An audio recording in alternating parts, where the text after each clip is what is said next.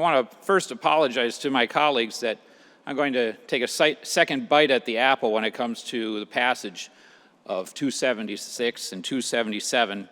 But when bills are sprung on me that I cared significantly about at the last second and I didn't have time to read through all of the changes and prepare remarks at that time, that leads me to coming back with what I've discovered in the time since then.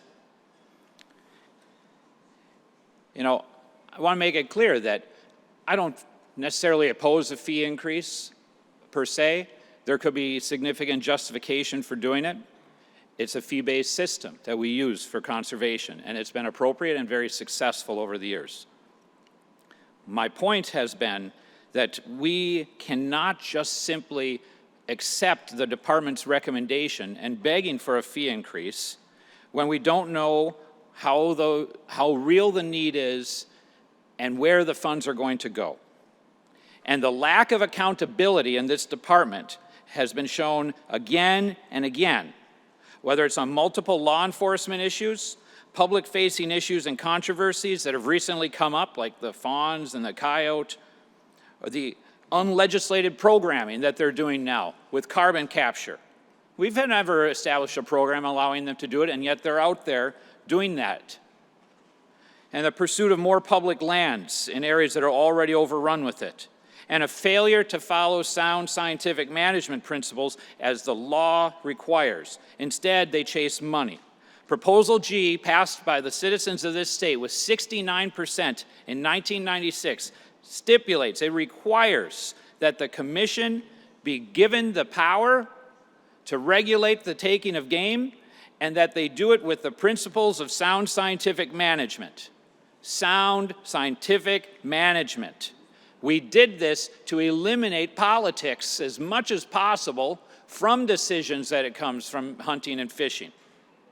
And yet, the department has made it very clear in the passage of 276 and 277 that the need for money trumps science. It trumps the principles of sound scientific management. How does it do that?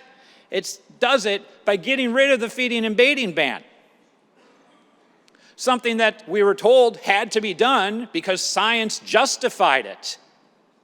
But now it's just going to evaporate away. And I'm not against it going away. I don't think science dictated it. I think science hasn't proved that it's necessary. But because they're getting the money, they've agreed to let it go away.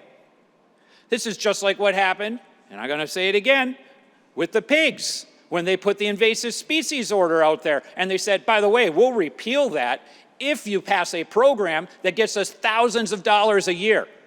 Then it just goes away. Science won't matter anymore because you gave us money. And you look at the CWD issue with apples. Somehow, the apples that come out of a bag and get dumped on the ground, that's bad. Deer are going to get sick. But the apples that fall from trees that the department literally pays people to plant, that's okay. That's their science. That's what they're doing. Money trumps science again and again.